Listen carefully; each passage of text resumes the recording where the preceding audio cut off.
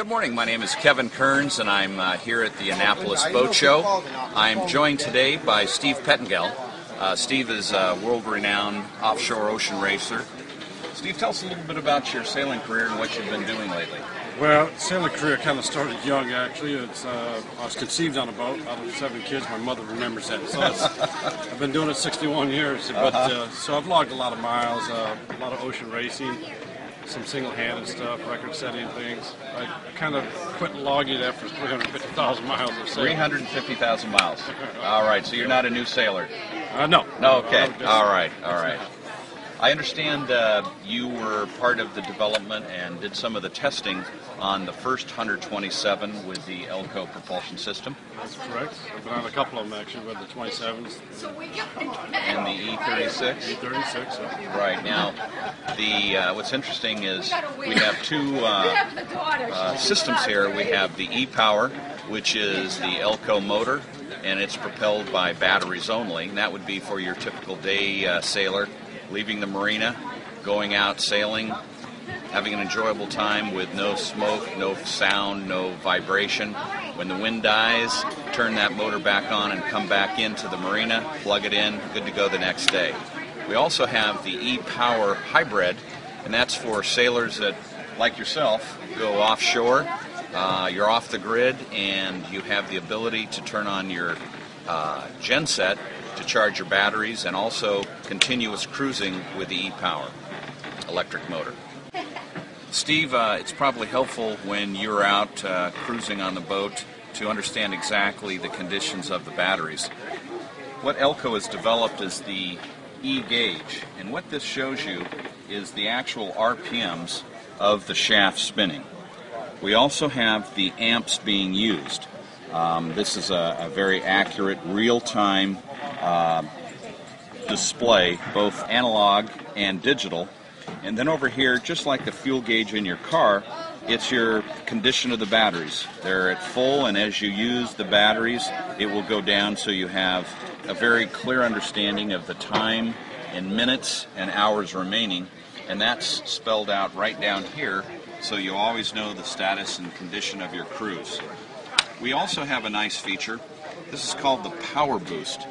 The Power Boost is when your boat is at efficient cruising speed and you encounter some strong winds or currents, you can deploy and push this button, and what it will do, it will increase the RPMs of the motor, and that will get you through the current or chop or wind.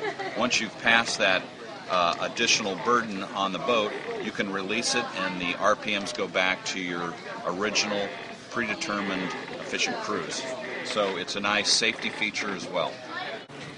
Steve, when you were on the Hunter 36, you did a combination of sailing and cruising on the Elco motor. Correct. Could you tell us a little bit about the differences?